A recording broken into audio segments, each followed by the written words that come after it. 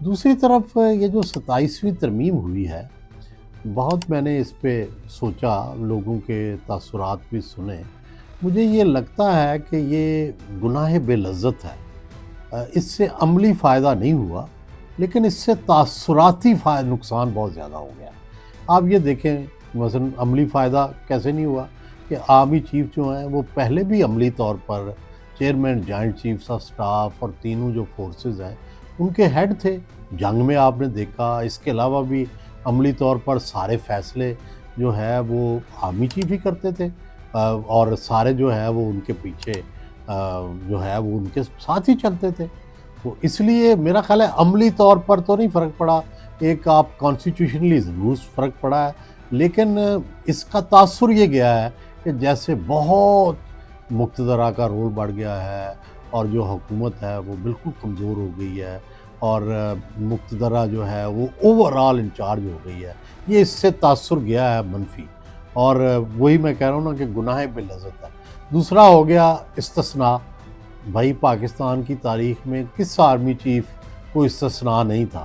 دو army chiefs کے واقعات آپ کے سامنے ہیں کہ یحییٰ خان کا ٹرائل کرنے کی کوشش کی، نہیں ہوا، اور ان کو سلوٹ کر کے جھنڈے کے ساتھ دفن کیا گیا۔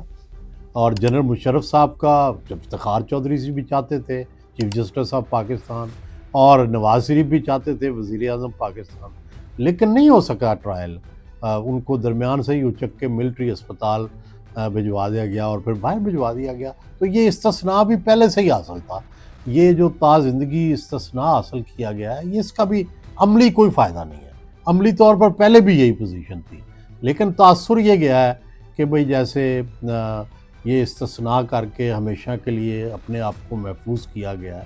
تو میرا یہ خیال ہے کہ یہ ہو سکتا ہے کہ ان کا کوئی آئینی فائدہ ہو، کوئی ان کا قانونی فائدہ ہو۔ سیاسی طور پر ان کا کوئی فائدہ نہیں ہوا، بلکہ ان کا سیاسی طور پر نقصان ہوا ہے۔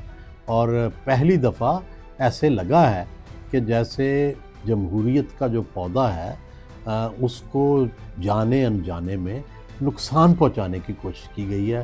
اس لیے مجھے یہ لگتا ہے کہ یہ جو ہے، یہ اس ترمیم جو ہے یہ آئندہ کہیں نیگیٹو حربے کے طور پر یا نیگیٹو سلوگن کے طور پر حکومت کے خلاف استعمال نہ ہو۔